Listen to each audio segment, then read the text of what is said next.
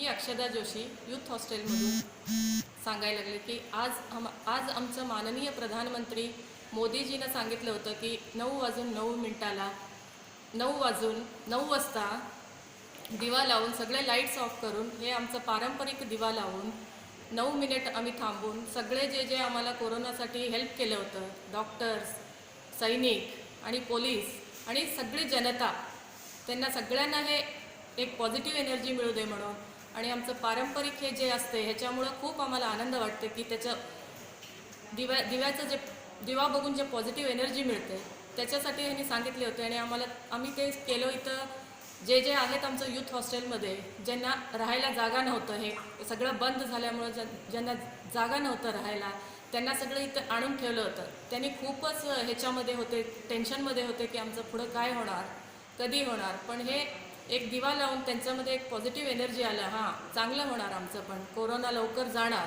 आणि सगळं चांगलं होणार, देशाला सगळ्यांना चांगलं होणार, असं हे दिव्यामुळं आम्हाला पॉझिटिव्ह एनर्जी खूप मिळाली. हे यूथ हॉस्टेलमध्ये गव्हर्नमेंटने शेल्टर केले. ज्यांना आधार नाही राहायला, बस वगैरे बंद झाल्यामुळे जे बाहेरच राहिले होते त्यांना हे आधार म्हणून त्यांना हे शेल्टर सेंटर केले.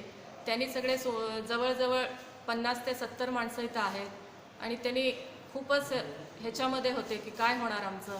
त्यांना काही एंटरटेनमेंट नाही, त्यांना बाहेरचं हे बघायचं नाही, त्याच्यामुळं त्यांनी खूपच त्रासमध्ये होते. पण हे दिवा वगैरे लावून एक मोदीजींचं भाषण ऐकून सगळ्यांना एक पॉझिटिव्ह एनर्जी मिळाले आणि त्यांना वाटायला लागले की हां लवकर सगळं संपणार आणि आमचं घरी आम्ही सुखरूप पोचणार असं वाटायला लागले आणि ते सगळे खूप खुश होते. त्यांच्याबरोबर आम्ही पण खूप खुश होतो.